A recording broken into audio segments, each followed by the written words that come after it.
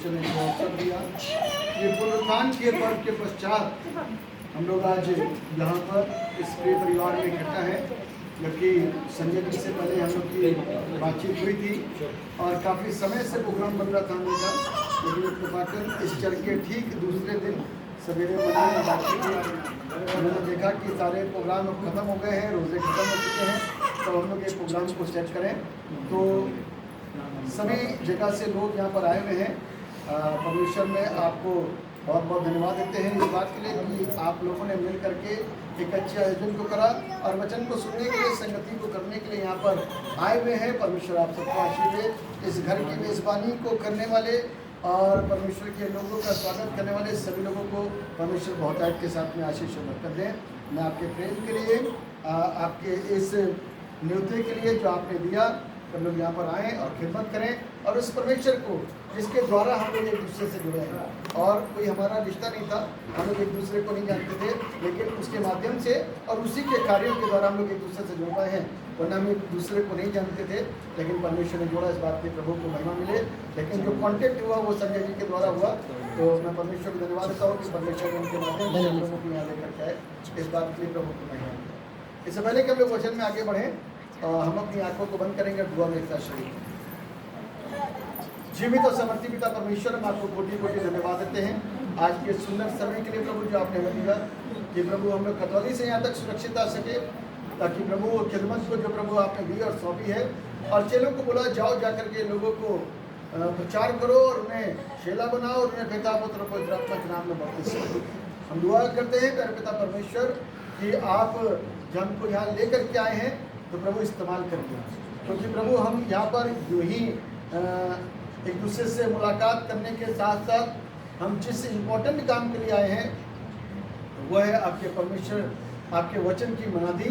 और हम चाहते हैं कि प्रभु वो कलाम जिससे द्वारा प्रभु हम जीवित रह सकते हैं, जिसके द्वारा हम बच सकते हैं, जिसके द्वारा हम अनंत जीवन को प्राप्त कर सकते हैं, उस सेवकाई को भरपूरी के साथ में प्रभु करवाना, मेरे मुंह को, मेरी जुबान को छूना, और इससे निकलने वाला हर एक शब्द प्रभु आपको महिमा दे, इससे निकलने वाली हर एक बात प्रभु आपके नाम को महिमा दे, और प्रभु इससे निकलने वाला हर एक शब्द लोगों को चंगा करे, इससे निकलने वाला हर एक शब्द लोगों को अनंत जीवन की ओर अपने जीवन को कैसे लेकर के जाना है उसके लिए आदेशित करे, ताकि सब शिक्षित होकर के, समझदार होकर के परमेश्वर के अच्छे चेले बन सके और उसकी खिदमत को कर सके। धन्यवाद प्यारे पिता परमेश्वर, यहाँ पर आना जाया ना जाए, व्यर्थ ना हो, परंतु प्रभु वो हमारी जिंदगी के लिए बड़ी बरकतों को लेकर के आए, बड़ी बरकतों को लेकर के आए, ताकि हम सब बदलने वाले हो सके।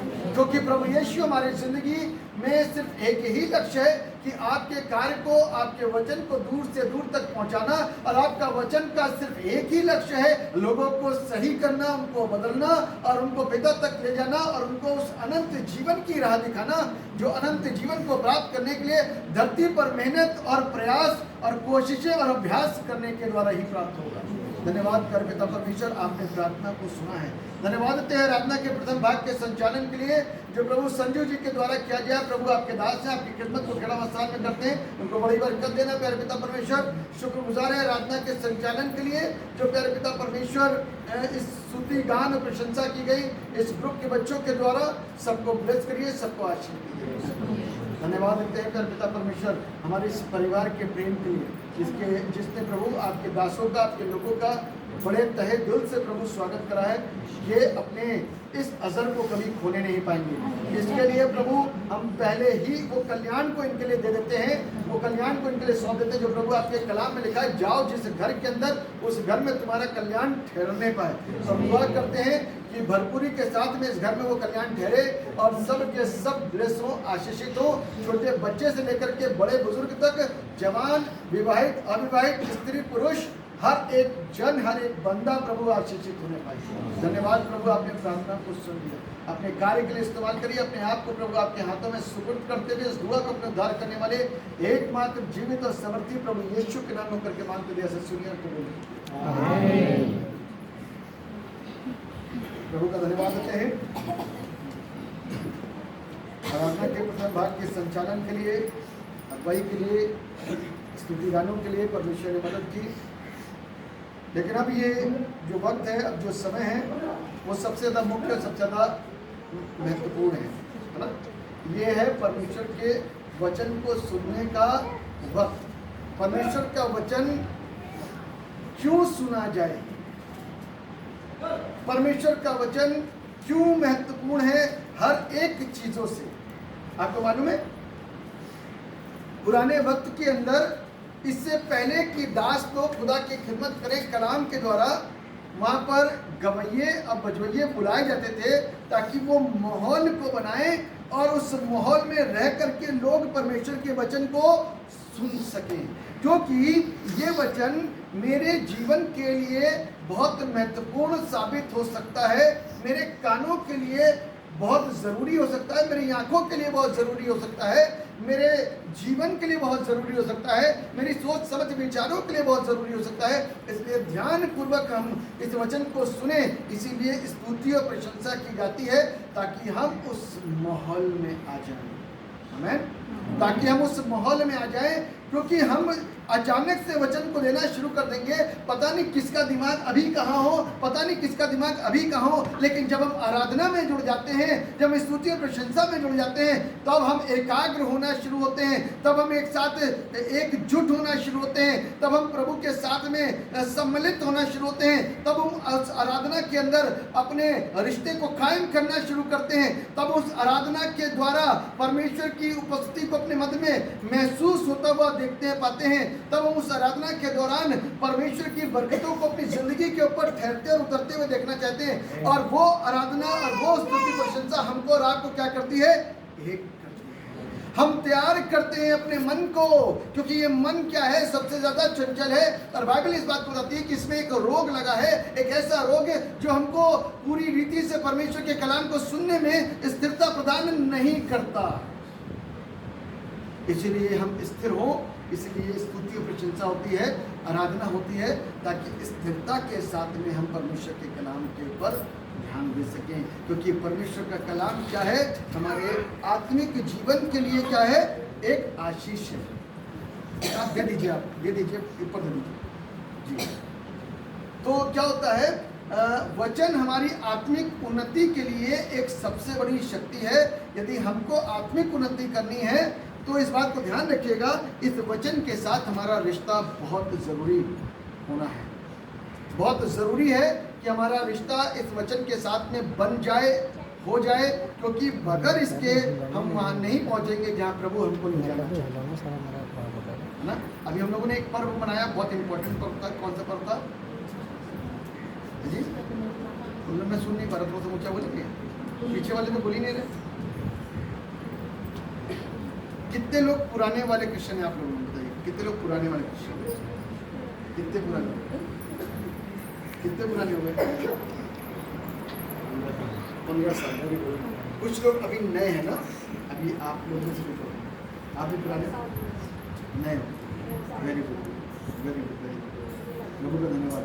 मालूम है क्रिश्चियंस के पास में कितने त्यौहार आते हैं? कितने त्यौहार होते हैं हम लोग के जी? बता करिए।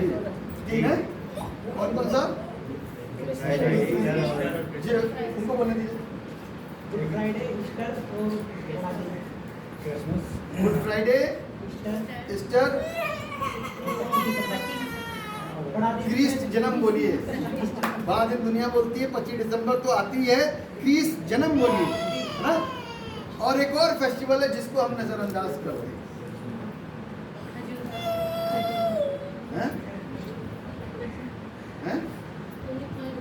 Palm Sunday. बताइए, एक त्यौहार मिस हो रहा है, पाम संडे नहीं, बहुत इंपॉर्टेंट त्यौहार है, वो मिस हो रहा है, आने वाला।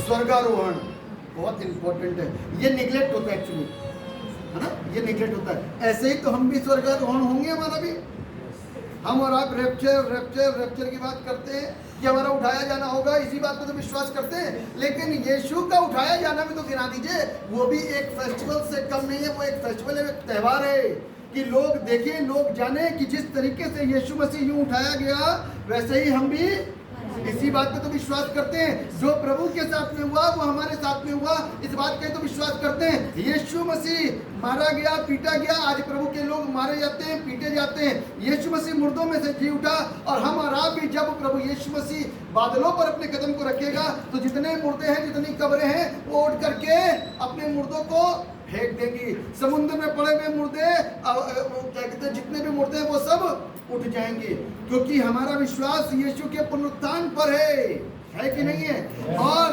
पुनरुत्थान है तो वहीं तक रहेंगे क्या? उठाए भी तो गए, जाना कहाँ है? स्वर्ग जाना है ना। तो ये स्वर्गारोहण भी एक फेस्टिवल है, एक त्यौहार है। 4 त्यौहार बड़े इंपॉर्टेंट है। चौथा देखे नजरअंदाज हो जाता है ना। चौथा क्या होता है?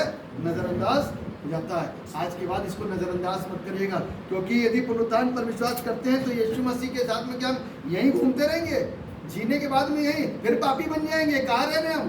धरती पर। जाना कहाँ है? स्वर्ग में। इसलिए स्वर्गारोहण बहुत इंपॉर्टेंट है ना। स्वर्गारोहण बहुत इंपॉर्टेंट है, मुख्य है। इसको तो छोड़ना ही पड़ेगा। ये जीवन कैसा है? ये वाली पृथ्वी कैसी है? पाप से भरी हुई है, और हमको और आपको प्रभु इस पापी पृथ्वी से हटा करके तो ऊपर ले जाना मांग रहा है। अच्छे खाते जीते जी इंसान को प्रभु यूं उठाएगा और लेकर के चला जाएगा, तो क्यों लेके जा रहा है? यही रहने देना। पुनरुत्थान पर तो हमने विश्वास कर ही लिया, यहाँ क्यों नहीं रहने दे रहा? क्योंकि वो जानता है कि ये पृथ्वी कैसी है। यदि हम यहाँ विश्वासी होने के बाद में और कुछ दिन रह लिए तो ध्यान रखना फिर पाप में हो जाएंगे, क्योंकि मनुष्य के दिमाग में जो भी पैदा होता है वो बुरा ही होता है। प्रभु का कलाम हमको बताता है। तो इसलिए आज हम और आप इस चीज को जान जाएं कि अभी हम लोगों ने कुछ दिन पहले बड़ा एक अच्छा फेस्टिवल बनाया, उसको बोलते हैं पुनरुत्थान।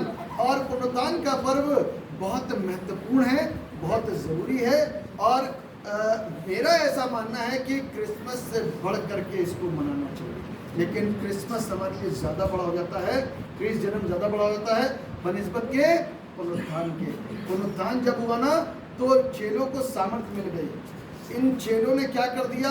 सारे यरूशलेम के अंदर ऐसा प्रचार करा कि सारी दुनिया, सल्तनत, राजा, संतरी, मंत्री, सेना सब कुछ चकित रह गए। सिर्फ कितने लोग थे? 12, है ना। 12 लोगों ने प्रचार करा। फिर वो जो मर गया उसके बाद में एक और आ गया, है ना। उसके बाद एक और आ गया, ठीक है। लेकिन थे कितने? 12 चेले। 12 चेलों ने यीशु मसीह 3.5 साल सेवा करा। कुछ काम हुआ था कि नहीं हुआ था? अरे हाँ या ना तो बोल दे। हुआ था ना। चेले कहाँ नहीं? चेले बचे थे। आखिरी दिन क्या हुआ? जब यीशु मसीह के मरने के विषय में पता चल गया ना, तो क्या हुआ? ये पतरस भाई फिर से अपने पुराने लिबास पकड़ करके मछली पकड़ने के लिए पहुंच गए थे। याद है आपको?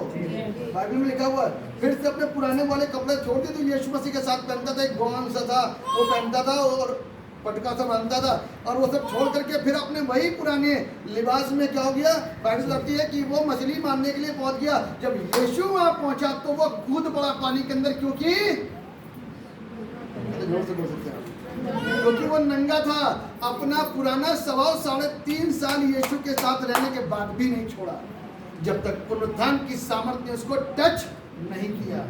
जब छुआ पुनरुत्थान की सामर्थ्य ने, तब ये पतरस बदल गया। हम और आप आज बदलते क्यों नहीं है? क्योंकि हम और आप पवित्र आत्मा पर विश्वास नहीं कर पा रहे, पवित्र आत्मा की मांग नहीं कर पा रहे, पवित्र आत्मा के साथ में जुड़ नहीं पा रहे, पवित्र आत्मा के एहसास को ले नहीं पा रहे, पवित्र आत्मा के साथ की अगुवाई में चल नहीं पा रहे। आज अगुवाई हमारी होनी चाहिए। पवित्र आत्मा बस छूता रहे, छूता रहे, छूता रहे, अंदर आता रहे, लेकिन पवित्र आत्मा जैसे गाइड करता है, जैसे अगुवाई करता है, वो काम हम और आप नहीं कर पाते।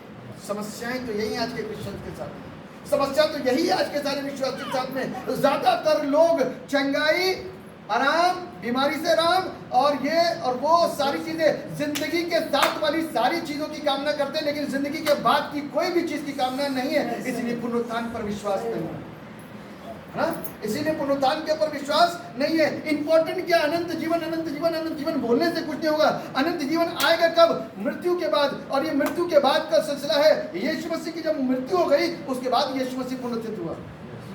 है ना। उसके बाद यीशु मसीह पुनरुत्थित हुआ। लेकिन हम और आप अपने मृत्यु के बाद के सिस्टम की, उसके मृत्यु, अपनी मृत्यु के बाद के जीवन की कभी लालसा करते ही नहीं है।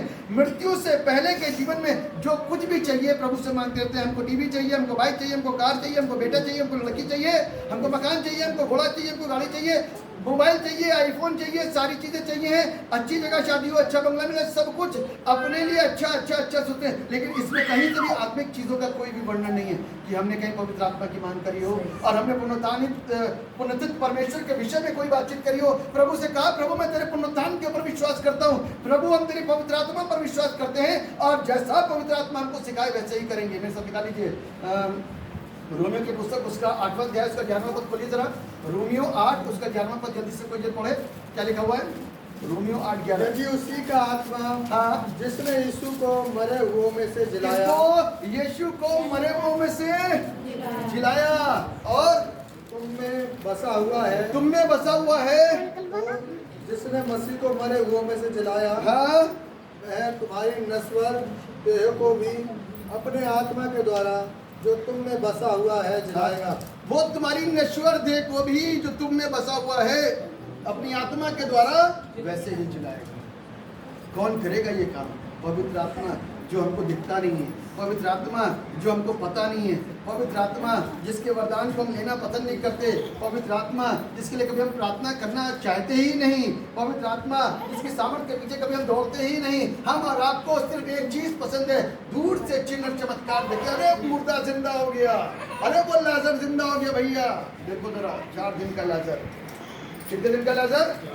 4 दिन का लाजर, वो जिंदा हो गया। अरे भैया अंधा देखने लग गया, देखो जरा देखो। आपस में खुलबली सी मच गई, आपस में बातचीत करनी शुरू कर दी। वो देखो अंधा देखने लगा। अरे लंगड़ा चलने लग गया। पतरस तूने क्या कर दिया? लंगड़ा चला दिया। तो क्या हुआ? हमारा आपका ध्यान सिर्फ वहीं पर ही है और उससे बाहर नहीं आता। मैं इसको बुराई नहीं कह रहा हूँ, उसको गलत नहीं कह रहा, लेकिन जो इम्पोर्टेंट चीज है, मरने तो है ही हमको। आज नहीं तो कल मरेंगे। कब तक बचे रहेंगे? कब तक? 100 साल के बाद भी कभी ना कभी तो मृत्यु आएगी। लेकिन उसके बाद के जीवन के लिए हमने और आपने क्या प्रैक्टिस करी है? क्या अभ्यास करा? क्या मांग करी? क्या कोशिश करी? क्या सोचा? क्या विचारा? बेटी की शादी के लिए तो सोच लिया है और लड़के की शादी के लिए भी सोच लिया है, घर भी सोच लिया कहाँ पर करना है और क्या उसको देना है। सारी प्लान ने सारी लिस्ट बना ली, लेकिन मरने के बाद के लिए आज तक हमने सोचा नहीं है कि क्या करेंगे। पुनरुत्थान इतना साधारण नहीं है जो हमारा आप सोचते हैं कि ऐसे ही मिल जाएगा। अनंत जीवन इतना आसान नहीं, हम सोचते हैं कि ऐसे मिल जाएगा। सिर्फ चंगाई, बीमारी से आजादी, ये सारी चीज़ों के पीछे कब तक जाएंगे? अरे इससे बड़ी चीज़ है, आप इसके ऊपर पैर रख करके आगे बढ़ो। बीमारियों के ऊपर, दुष्ट आत्माओं के ऊपर आप यदि वहाँ सोचते रहोगे ना तो वहीं घूमते रह जाओगे। इसके ऊपर पैर रखो और आगे बढ़ो। हम पुनरुत्थित प्रभु यीशु पर विश्वास करते हैं जो मुर्दों में से जी उठा है। और जब मुर्दों में से जी उठा, लोग हैरान हो गए, सारे लोग परेशान हो गए, लोगों के अंदर खलबली मच गई। अरे भैया वो तो जी उठा, जैसा कहता था वैसा कर दिया, पत्थर हटा हुआ है, उसकी कब्र खाली है और उसके चेले भी गायब हैं। सब लोग इधर उधर चले गए, कुछ नहीं। उन लोगों ने नोट निकालने शुरू करे, अपनी गड्डियां निकालनी शुरू करी। किसी को 2, किसी को 3, किसी को 5, किसी को 10। ये सबसे कह देना कि उसके चेले चुरा कर चले गए, ताकि हमारे बीच के अंदर एक शिक्षा हमेशा तक के लिए ना बन जाए कि उसकी कब्र खाली है और वो अभी तक जिंदा है। आमीन, आमीन। यीशु मसीह जिंदा है। मालूम है यीशु मसीह जिंदा है। यीशु मसीह हमारे और आपके बीच में है।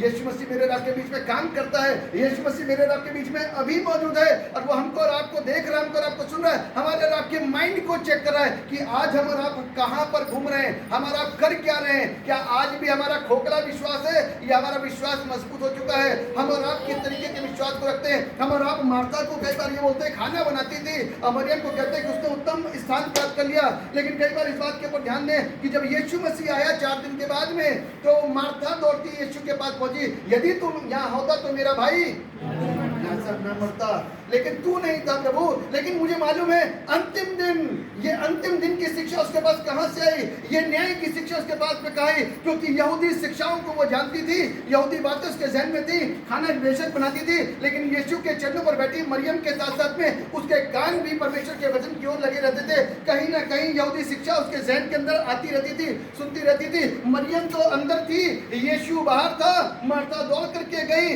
यदि तू समय पर आता तो मेरा भाई लाजर कभी ना मरता। लेकिन प्रभु ने कहा यदि तू विश्वास करेगी तो तू अपने भाई को जीविता देखेगी। कहती हाँ मुझे मालूम है मेरा भाई। एक आशा, एक जीवित आशा, एक ऐसी आशा, एक ऐसी जबरदस्त आशा जो शायद हम और आपके पास में नहीं होगी। हमारा अजीज जीवित है या मर गया है? यदि मरी अवस्था में है तो क्या वो स्वर्ग में है कि नहीं है? हम और आप तो कब्रिस्तान में जाते हैं। गुड फ्राइडे के बाद में ईस्टर की सुबह मिलने जाते हैं। हेलो पापा कैसे हो आप? बड़ा दुख लगा, आप चलेगा आज से 15 साल पहले, 20 साल पहले, है ना। 2-4 आंसू बहाते हैं, कब्र पे जाके दुआ करके आते हैं और घास को हटा करके आते हैं, पापा घास में नहीं रहना, है ना। ये तो सारी रीति रिवाज है। यदि आज भी हम रीतियों पे चल रहे तो हम अपने आप को विश्वासी की बात करते हैं। हम विश्वासी नहीं है। पापा तो ऊपर से देखते हुए बेटा तू तो प्रार्थना करता तो तूने तो मेरी तीसरे दिन आत्मा वही गुजारी के ऊपर 40वां भी करवाया था, तुमने सब कुछ वहाँ करवा दिया, तो पैक कर दिया था, तुम मेरे को मिट्टी में क्यों ढूंढ रहा है? मैं तो ऊपर बैठा हूँ। कौन सा विश्वास लेकर के बैठे?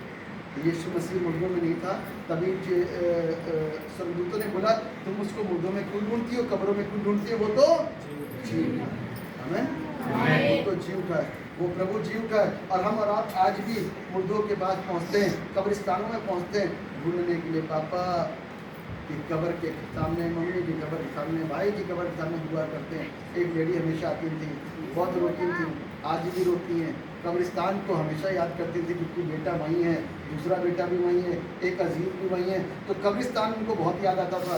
मैंने बोल के कह करके सुना के बता करके उनको कहा भैया यदि विश्वास करती हो कि वो वहाँ है तो वहाँ क्यों जाती हो, वहाँ क्यों जाती हो? अविश्वासी नहीं विश्वासी बनो।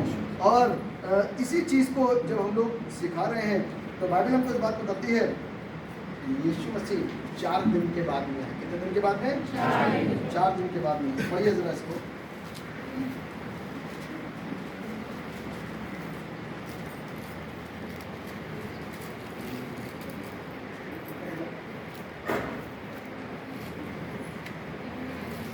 आप इसको 32 को पढ़िए जी।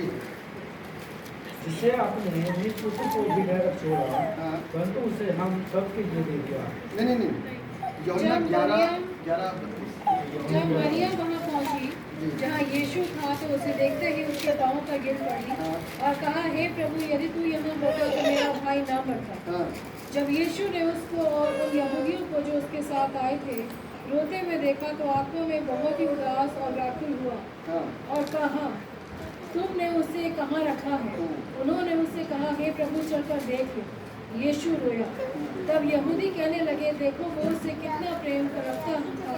परंतु उनमें से कुछ ने कहा क्या ये जिसने अंधे की आंखें खोली ये भी ना कर सका कि ये मनुष्य नहीं?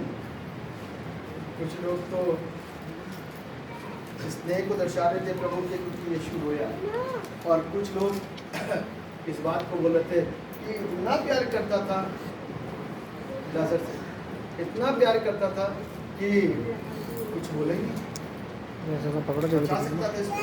आ जाता उन दिनों में खबर होती है सबसे तेज दौड़ने वाले भेजे होंगे मरियम माता ने, है ना, उस समय में जो सबसे तेज धावक होंगे, जो सबसे स्पीड में पहुंचे होंगे यीशु मसीह के पास में। अरे तेरा मित्र मरियम का माता का भाई लाजर क्या है, बीमार है और मरने पर है। आप बाइबल डालो, वो बच्चा चल रहा है, यदि आप उसको सिखाओगे नहीं तो कैसे सीखेगा वो?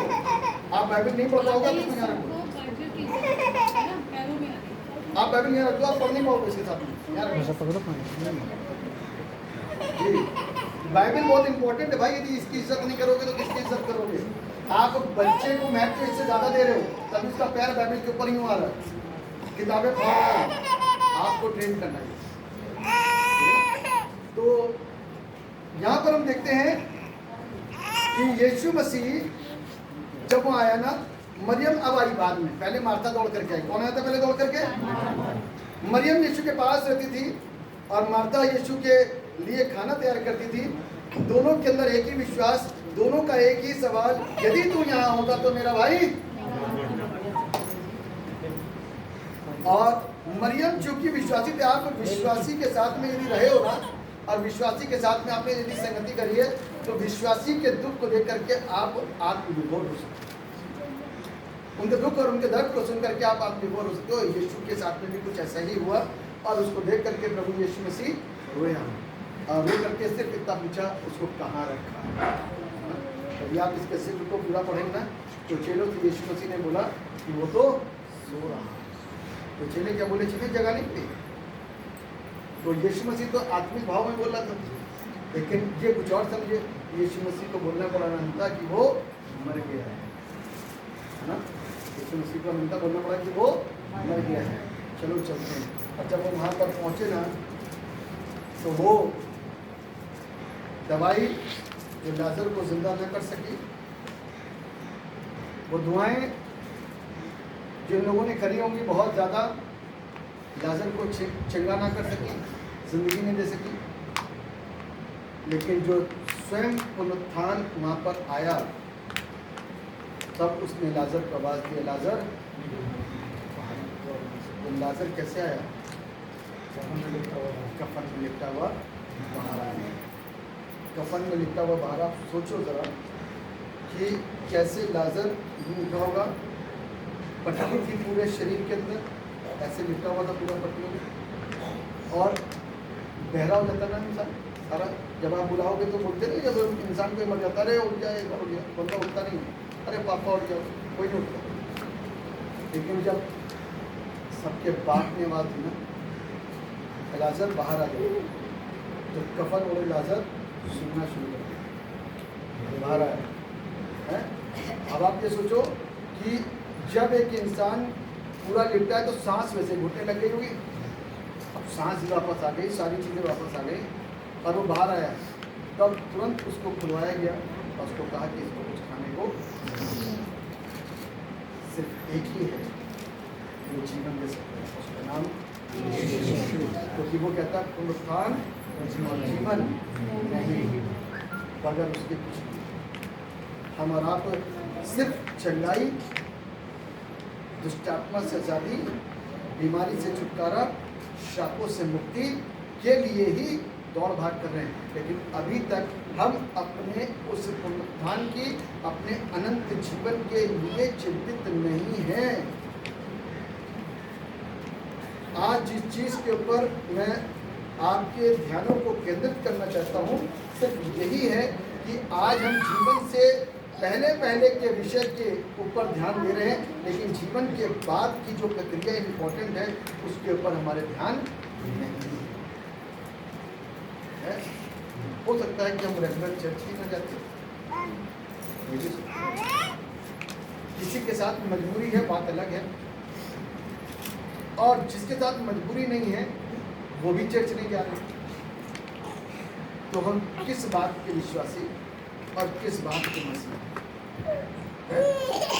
किस बात के विश्वासी और किस बात के मसीह? अरे इससे तो हमको लिपटे रहना चाहिए था, प्रभु के कलाम से तो हमें लिपटे रहना चाहिए। देखिए बहुत सारी चीज़ें हैं जो आप घर बैठ करके शिक्षा प्राप्त नहीं कर सकते जब तक कोई गुरु, कोई प्रभु का दास, पासवान ना सिखाए, ना बताए। वहाँ जाने के बाद कम से कम 1 घंटे का, 1.5 घंटे का माहौल तो बदलता है ना। वहाँ जाने के बाद कम से कम 1-1.5 घंटे का माहौल तो बदलता है। आप वहाँ जाने के बाद समय को मत देखो कि कितना टाइम हुआ, वहाँ जाने के बाद अपनी आत्मिकता के अंदर चेक करो, अपनी आत्मिकता को चेक करो कि हम प्रभु यीशु के कितने निकट आ चुके हैं, कि अभी दूरी खड़े हैं, अभी दूरी खड़े हैं कि निकट आ गए उसके। यदि निकट आ गए हैं तो और निकट आने की सोचिए, यदि दूर है तो इस बात के ऊपर चिंतन करना शुरू कर दें कि अभी हमको प्रभु के पास पहुंचने में कितना टाइम और लगेगा, और उसके लिए मेरी आयु अभी 15-20 साल है कि नहीं है, 25-30 साल है कि नहीं है। क्योंकि जितना लंबा समय हमारी ज़िंदगी का होगा उतना हम ढिलाई के साथ में काम करेंगे। ये तो सोच लीजिए कि आप और हम लास्ट मोमेंट में आप ये सोच के चलो कि कल मेरा पेपर है ना। जब कल पेपर होगा ना तो बच्चे पूरा रात मुंह खोल करके देखते रहेंगे, तब नींद चाहेंगे भी तो भी नहीं आएगी, क्योंकि एक प्रेशर पेपर का और फेल होने का है ना। एक प्रेशर पेपर का और फेल होने का, इस बात को ध्यान रखिएगा। एक प्रेशर लीजिए अपने ऊपर कि नरक जाने का प्रेशर हो सकता है, नरक जा सकते हैं हम और आप, यदि हम और आप तैयारी नहीं करेंगे, लास्ट मोमेंट की प्रिपरेशन यदि हमारी नहीं हो रही है तो हम नरक जा सकते हैं। जैसे फेल होने का एक प्रेशर होता ना, वैसे ही ध्यान रखिएगा कि हम और आप नरक जा सकते हैं। उस प्रेशर में होकर के जल्दी जल्दी करिए अपनी तैयारी को, और अपनी उन बुरी चीज़ों को, अपनी बुरी आदतों को, कुरीतियों को, गंदगियों को और तमाम वो बातों को जो प्रभु को पसंद नहीं है मेरे और आपके जीवन से, और आपको भी पसंद नहीं है, उसको निकाल करके बाहर दे और प्रभु से कहो मुझ पर फूंक दे और पवित्र आत्मा दे दे, क्योंकि मैं पवित्र आत्मा लेने के लिए तैयार हूँ। प्रभु यीशु का कलाम क्या कहता है? जब प्रभु यीशु मसीह बंद दरवाजे से एंटर हुआ ना, तो प्रभु यीशु मसीह ने मालूम क्या कहा? जाओ, मैं जैसे पिता ने मुझे भेजा, अब मैं तुमको भेजता हूँ। काय के लिए भेजता हूँ? प्रचार करने के लिए। खाली हाथ जाओगे, प्रचार करोगे, एक भी बंदा सुनेगा नहीं, ध्यान रख लेना, एक भी बंदा नहीं सुनेगा। मुझे मालूम है 3.5 साल के अंदर तुम तो सुन नहीं पाए। 3.5 साल के अंदर पतरस एक औरत से डर गया, अरे ये भी तो था साथ में, कौन कहता मैं था? पतरस ने मना करा ना, जो पानी पे चला था, है ना? पतरस पानी चला था कि नहीं चला था? आज एक स्त्री के सामने डर के मारे उसकी सिट्टी बिट्टी गुम हो गई और कहता मैं नहीं था। यही तो बोला, मैं कहाँ हूँ उसके साथ, मैं जानता ही नहीं उसे। 3.5 साल की सेवकाई के अंदर 12 चेलों का चयन करने के बाद में एंड में रिजल्ट ये मिल रहा है, सबको 0 बटा सन्नाटा। जितने चेले थे अगल बगल के, ये सारे छुप गए, भाग गए। तब यीशु मसीह ने कहा, भैया जानते तो तुम ही हो सब कुछ, ये मैं बता रहा हूँ आपको, जानते तो तुम ही हो, सेवकाई तुमने देखी है, प्रचार तुमने सुना है, पहाड़ी देश तुमने सुने हैं, जहाँ जहाँ जा करके प्रार्थना में करता था, तुम्हें मालूम है, तुमने मेरे साथ टाइम व्यतीत करा है, कैसे करते थे, मैं कैसे करता था, तुमने सब कुछ देखा है, सब कुछ जाना, सारी चीज़ें तो तुम जानते हो, क्योंकि तुमने मेरे साथ मिनिस्ट्री करी है ना, तुमने मेरे साथ मिनिस्ट्री करी है। मैं तुमको एक ज़बरदस्त सामर्थ देता हूँ, और वो क्या है? पुनरुत्थित प्रभु यीशु मसीह की सामर्थ। और वो सामर्थ क्या था? पवित्र आत्मा लो, ये बोला ना, पवित्र आत्मा लो, और पवित्र आत्मा लो। अब किसको चाहिए? चेला कहता जी यहूदा स्कूटी वहाँ पर होता तो कहता कि मुझे, क्योंकि मेरे तो काम ऐसे गंदे हैं, पाप। प्रभु यीशु मसीह जी उठने के बाद तब तक तो यहूदा स्कूटी भी चल बसा था, है ना, क्योंकि उसने सुसाइड कर लिया था। लेकिन यीशु ने जाकर पूछा, पवित्र आत्मा लो, ये नहीं कहा पत्र से तेरे लिए, ये तेरे लिए, ये तेरे लिए, ये तेरे लिए, ये तेरे लिए, ये तेरे लिए, तेरे लिए, ऐसे नहीं करा उसने कहा पवित्र आत्मा लो। अब कौन ले रहा है? जब एक शादी होती ना, तो लड़की वो व्यक्ति लुका पीछे, अब ले लो किसको लेना, किसको शादी करनी है, यही माना था ना, जो इसको पकड़ेगा इसके बाद का नंबर उसी का, उसी शादी होगी। अब सारी लड़कियां बहुत क्रेजी आती हैं, है ना, लंबी लड़कियां सबसे ज़्यादा ताक लगाती, मैं एक हाथ से पकड़ लूँगी, है ना, और ऐसे ही होता है। तो खूब सारी लड़कियां आ जाती हैं, काय के लिए? एक बुका होता है, 25 लड़कियां होती हैं, अब उसमें जीतने की होड़, शादी की होड़, उसको पकड़ने की होड़, और सब लोगों के बीच में चर्चित होने की एक होड़ हो जाती है ना, होती कि नहीं होती है? और फिर एक जन पकड़ता है उसको, है ना, एक के बाद में पूंछ आती तो एक के बाद फूल आता है ना, झगड़ा होता है, खींचातानी होती है, आखिरी में वो छीने दीजिए, इन्हें मेरा मेरा मैंने लिया।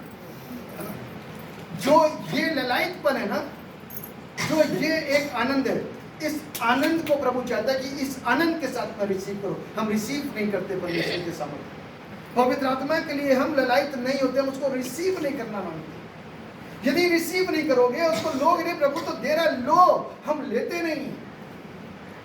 This is our problem. यदि हम उसको लेंगे नहीं तो हम इस्तेमाल कैसे होंगे आज सेवकाई के लिए? आज लोग चंगे कैसे होंगे, बीमारियां कैसे जाएंगी? क्योंकि हमें मालूम है हम कुछ नहीं कर सकते, लेकिन जब पवित्र आत्मा हमारे रब के अंदर है और पवित्र आत्मा के अनुसार चलना हमारे लिए बहुत इंपॉर्टेंट है। उसको बोलते हैं पुनरुत्थान की सामर्थ का एहसास करना। क्योंकि पवित्र आत्मा तो बहुतों के पास में है, लेकिन पवित्र आत्मा के साथ और उसके अनुसार चल नहीं पाते। प्रॉब्लम ये है, इसीलिए लोग कहते हैं कि पवित्र आत्मा पाए हुए व्यक्ति भी गड़बड़ कर सकते हैं। हाँ, गड़बड़ करते हैं, जब पवित्र आत्मा के अनुसार चलता नहीं है इंसान ना, वो गड़बड़ करता है। जब पवित्र आत्मा के अनुसार इंसान चलता नहीं है वो ही गड़बड़ी करता है, और जो पवित्र आत्मा की आवाज को सुन लेता है ना तो वो वही चाल चलता है जो पवित्र आत्मा उसको बोलता है। पवित्र आत्मा जब बोलता है और वही आवाज आती है और वो सुनता है और सुन करके वैसे ही पीछे चलता है, तब क्या होता है उसके द्वारा चिन्ह चमत्कार। मालूम है पतरस जब आया उस फाटक के बाद जो सुंदर कहलाता था, तो पतरस ने क्या बोला? पवित्र आत्मा की आवाज सुनता वो। पतरस ने किसकी आवाज सुनी? पवित्र आत्मा की। कहता भाई देख सोना और चांदी तो मेरे पास है नहीं, क्या नहीं है? सोना और चांदी तो मेरे पास में नहीं है, मेरे पास जो कुछ मैं वो तुझे देता हूँ। और क्या था उसके पास में? यीशु मसीह नासरी के नाम से उसके टखनों में ऐसा बल आया, मुझे नहीं मालूम कैसा बल आया होगा। बाइबल में लिखा हुआ उसके टखनों में क्या गया? अब खत से पता नहीं क्या हड्डी उसमें सीधी करी होगी, मुझे नहीं मालूम। वो जन्म का लगवा चलना शुरू। अब सोना उसके सामने छोटा हो गया, चांदी उसके सामने छोटी हो गई, और हीरा उसके सामने छोटा हो गया, धन दौलत उसके सामने छोटी, क्योंकि वो अब शरीर से चंगा हो चुका। आमीन। सोना चांदी उसके किस काम का होता है? भीख उसके किस काम की थी? उसके लिए उस वक्त में क्या जरूरी था मालूम है? जब वो लंगड़ा था उसके लिए क्या चीज जरूरी थी? रोज के लिए, जब तक पतरस नहीं आया था तब तक उसके लिए जिंदगी के लिए क्या चीज जरूरी थी? हैं? रोटी। बिल्कुल सही बोला, रोटी बहुत जरूरी थी उसके लिए। बस उसका पैसा क्या वो बैंक बैलेंस छोड़ दिया तो वैसे ही लंगड़ा था, कहाँ जाता अपने बैंक में जमा करने? उसका पैसा तो कोई उठा देता होगा, जमाई जब मैं तो सवेरे बढ़िया ये मांग खाना मिल जाएगा 3 घंटे, यही तो होता होगा। अब उसका क्या जिंदगी का कोई खुशी रहेगी उसकी? कोई खुशी नहीं, कोई खुशी नहीं। लेकिन जब यीशु के बंदे आए ना, इन्होंने क्या कर दिया? खुशी पैदा कर दी। क्या कर दिया? खुशी पैदा कर दी। ये चटनी कैसे बनती है आपको मालूम? चटनी कोई बता चटनी कैसे? अरे मैं चटनी नहीं बना, पूछ रहा हूँ आपसे हैं? अरे किस किस चीज़ की बनती है? क्या क्या बनती है? टमाटर होता है, मिर्चा होती है, लहसुन होता है, नमक होता है, धनिया होती है। ये सारी चीज़ें अलग अलग हैं, और इनको मिलाया जाए और मिक्सी में डाल दिया जाए, घर घर घर घर घर करके आवाज़ आएगी। थोड़ी देर के बाद में क्या होगा? अरे टमाटर तुम कहाँ हो? बड़ा साइज। अरे मिर्चा नाक में घुस गई, अब मिल गए। अब उसमें से ना तो तुम मिर्चा निकाल सकते हो, ना धनिया निकाल सकते, ना नमक निकाल सकते, ना कोई चीज़, क्योंकि सारे के सारे चटनी बन गए। यही काम करा था 12 चेलों ने। यरूशलेम के लोगों को ऐसा घुमाया, ऐसा घुमाया, ऐसा घुमाया कि सारे विश्वासी हो गए। आमीन। आज थोमा ने भारत के अंदर, दक्षिण भारत के अंदर ऐसा घुमाया, अकेले बंदे ने ऐसा घुमाया कि आज पूरा भारत विश्वासी हो। बाहर के मुल्क तो हैं, उसको तो छोड़ ही दीजिए, लेकिन भारत के अंदर जो बेदारी आई है वो थोमा के द्वारा आई है। एक बंदे ने ऐसा नमक, मिर्चा, टमाटर, धनिया को ऐसा निचोड़ा कि सारे सारे हर धर्म के इंसान औंधे मुंह गिर पड़े। ऐसे ही हो ना, औंधे मुंह गिर पड़े। और क्या होगा? जो किसी और चीज़ को मानते थे आज यीशु मसीह की जय जयकार करने लग गए। जो कोई और गाने सुनते थे आज दूसरे गाने आकर के सुनने शुरू कर दे, जहाँ पर हालेलुया हुल्लड़ होगा ना, यीशु के नाम से सारे काम होंगे। ये किसने करा भाई? यदि यीशु मसीह को तो डायरेक्ट हम देख ही नहीं सकते। एक बंदा कोई ना कोई आया, वो थोमा था भारत में आकर, उसने किसी को बताया, उसने किसी को बताया, उसने किसी को बताया, उसने किसी को बताया, करते करते करते करते पूरा भारत। और ये भी दिल्ली ना, आज आपका शहर, आपकी जगह, आपका मोहल्ला क्या हो गया है ना? चटनी बन गया है ना? यीशु मसीह के चेले कुछ भी कर सकते हैं, दुनिया में धूम मचा देंगे। बाकी के लोग घूमे मचाते हैं, घूमे चलाते हैं, लेकिन हम और आप परमेश्वर के वचन से धूम मचाते हैं। और बहुत सारे लोग क्या होते हैं? बदलते हैं। इसलिए ध्यान रखिएगा, थोड़ा सा चंगाई और इन सारी चीज़ों से हट करके आज अपने स्टैंडर्ड को, अपनी आत्मिकता को, अपने विश्वास को ऊपर उठा दो, और इन बीमारियों के ऊपर पैर रख करके आगे बढ़ो। और इस बात को बोलो, ऐ बीमारियों, ऐ लाचारियों, ऐ कमजोरियों, यीशु के नाम से तो आपके मुंह के अंदर शब्द है, उनके अंदर आपके अंदर ताकत है, मुंह से निकालेंगे कोई भी शब्द वो ऐसा होगा। क्योंकि जिस खुदा की इबादत हम और आप करते हैं वो ये नहीं कहता कि मैंने स्पेशल चुन रखा भाई किसी एक को या इनको, कहता तुम सबको गांव गांव गली गली बस्ती में जहाँ भी मेरे नाम के पाए जाएंगे वो इस्तेमाल किए जाएंगे। आमीन। बिहार के अंदर एक लेडी है और मैं उसकी गवाही को सुना था।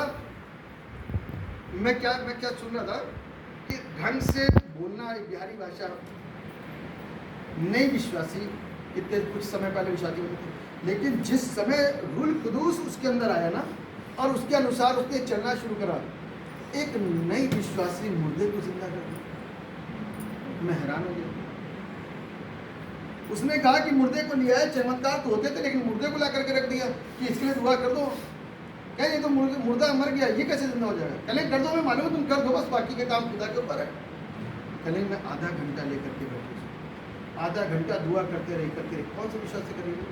मेरे और आपके तरीके का विश्वास है तो उसका विश्वास करके थोड़ा सा स्तर ऊंचा होगा। अब कैसे हो सकता हो? वो भी तो हमारी और आपकी तरह है, तो ऊंचा कैसे होगा? हाँ जी, परमेश्वर के साथ में उसका रिश्ता था। किसके साथ में? यीशु के साथ में उसका रिश्ता था। किसके साथ में? पवित्र आत्मा के साथ में उसका रिश्ता था। किसके साथ में? पवित्र आत्मा की अगुवाई की आवाजों को वो सुना करती थी। किसकी आवाजों को? तो उसका तो स्टैंडर्ड ऊपर होगा ही होगा। मुर्दे को जिंदा हम तो आप दुष्ट आत्मा अपनी एक बार तो दूसरे का मुर्दा जिंदा कर उन बीमारियों पर पैर रख करके आगे बढ़ चुकी है और तमाम लोगों के मुर्दों को जिंदा करें। मुर्दा आधे घंटे के बाद में जिंदा हो गया। उसका पति जिसने छोड़ दिया था दौड़ करके आया, मेरी पत्नी ने तो कमाल कर दिया, इंटरव्यू में बराबर में खड़ा हुआ, हाँ जी मैंने इसके साथ बुरा करा, हाँ जी मैंने इसके साथ बुरा करा। कहने मैं छोड़ के आ गई थी इसको, मैं इसको छोड़ के आ गई थी, लेकिन अभी खुद दौड़ करके आया क्योंकि यीशु मसीह जीवन को बदलता है। आमीन। यीशु मसीह जीवन को बदलता है और जिस जीवन के अंदर पवित्र आत्मा आती है, जिस जीवन के अंदर पवित्र आत्मा का काम होता है, जिस जीवन के अंदर पवित्र आत्मा का प्रवेश होता है, जिस जीवन के अंदर पवित्र आत्मा की सुनी जाती है, जिस जीवन के अंदर पवित्र आत्मा को महत्व दिया जाता है, उस जीवन से बड़े बड़े काम होते हैं। आमीन। उस जीवन के द्वारा बड़े बड़े काम होते हैं। यदि आज हम और आप चाहते हैं कि हमारे जीवन के अंदर बड़े काम हो और हम दूसरों के बड़े काम करें, तो हमको और आपको उसके लिए अपने टाइम को देना पड़ेगा। हमें अपने समय को देना पड़ेगा, तभी हमारा आप आशीषित होंगे। परमेश्वर हम सबकी अगुवाई करे। यीशु मसीह मर के जिंदा हुआ, हम भी मर के ही। यीशु मसीह जिंदा क्यों हुआ? यीशु मसीह मर के जिंदा क्यों हुआ?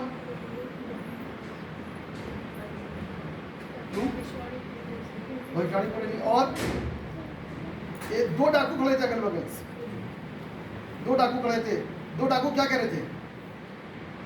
ये तो कह रहा था ये तो परमेश्वर को क्या तो अपने आप को बचा ले। हाँ, और दूसरा क्या कह रहा था?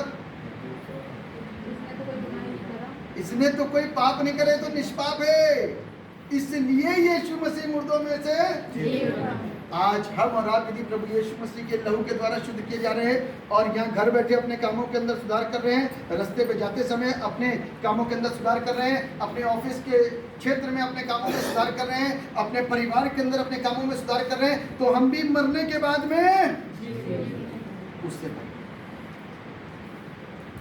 पहले बस ये सोचिएगा कि यीशु मसीह ने ये प्रबंध मेरे और आपके लिए कर दिया कि जैसा यीशु के साथ हुआ वैसे हमारे साथ भी होगा, जैसे वो मर के जिंदा हुआ वैसे हम भी मर के जिंदा हो जाएंगे, और जैसे वो अपने पिता के साथ में वैसे हम भी उसके पिता के साथ में रहेंगे। ये सारे प्रबंध मेरे और आपके लिए, सारे प्रोमिसेस मेरे और आपके, लेकिन ये तभी मेरे और आपके लिए लागू होंगी जब मैं और आप धरती पर रह करके यहाँ से शुद्ध होना शुरू करेंगे। आमीन। अपने अंदर की कमियों को, बुराइयों को, बीमारियों को, कमजोरियों को, लाचारियों को भगाएंगे ना तो हम अच्छे हो जाएंगे। हम संसार की ओर देख करके ना बात करें, हम परमेश्वर की ओर देख करके बात करें तो आशीषित हो जाए। तो प्रभु ने क्या कह दिया? आज ही तू मेरे साथ फिरदौस में, है ना जी, आज ही तू मेरे साथ फिरदौस, स्वर्गलोक, पैराडाइज सब एक ही जगह, है ना, एक ही स्थान। आज ही तू मेरे साथ स्वर्गलोक, देर नहीं लगेगी। और जब यीशु मसीह गया ना कह दिया अपना, तो वहाँ पर शनिवार के दिन जब हम लोग अपनी तैयारियों में होते हैं, नए नए कपड़े तब शनिवार के दिन कैदी आत्माओं के बीच में प्रभु यीशु मसीह का प्रचार करा। कितनी कैदी आत्माएं होंगी? 10, 15, 20? हाँ, 4000 साल तक की कैदी आत्माएं। बाप रे बाप, कितनी बड़ी कन्वेंशन हुई होगी, सोचो जरा। आपने कितनी भीड़ इकट्ठा करी? 40-50 आदमी। वहां 4000 साल से आदमी बैठे थे। कितने? 4000 साल। एक बड़ी कन्वेंशन, और उसका वक्ता कौन था? यीशु मसीह। और जब पता चला कि यीशु मसीह ने मौत के डंक को तोड़ दिया तो सारे मुर्दे वहां पर जी उठे थे। आमीन। सारे मुर्दे जी उठे थे, जो विश्वास में थे वो सारे मुर्दे जी उठे थे। अरे हाथ तो हिलाओ, जब तक हमारा वक्ता सामने नहीं आएगा तब तक हम हाथ पैर नाक मुंह कुछ हिला नहीं सकते। और जब यीशु मसीह रात में वहां पर कैदी आत्माओं के बीच में पहुंचा ना, और जब वहां पर घोषणा करी I am the son of God, तब सारे मुर्दे उठ करके खड़े हो गए और उसकी हम करी। आमीन। ये है प्रभु यीशु मसीह, पुनरुत्थित प्रभु यीशु मसीह की सामर्थ। और जब उसने काम कर दिया ना, तो उसके बाद में सारे मुर्दे फिर सो गए।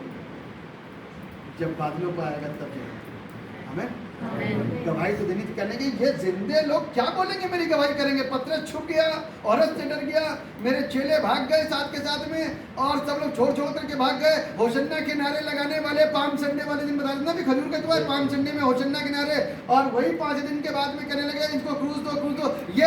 ये जिंदा मेरी क्या गवाही देंगे, जो मुर्दे मेरी गवाही देंगे। और वो मुर्दे उठ के खड़े हुए। और एक बड़ी कन्वेंशन के अंदर एक बड़ा प्रचार, एक बड़ी घोषणा और एक बड़ी गवाही कि यही है परमेश्वर का पुत्र। आमीन।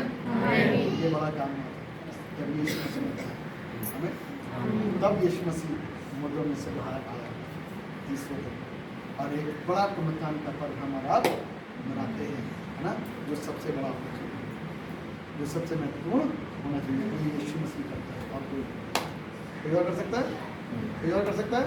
इसलिए बजाओ यीशु मसीह के लिए जोरदार ताली।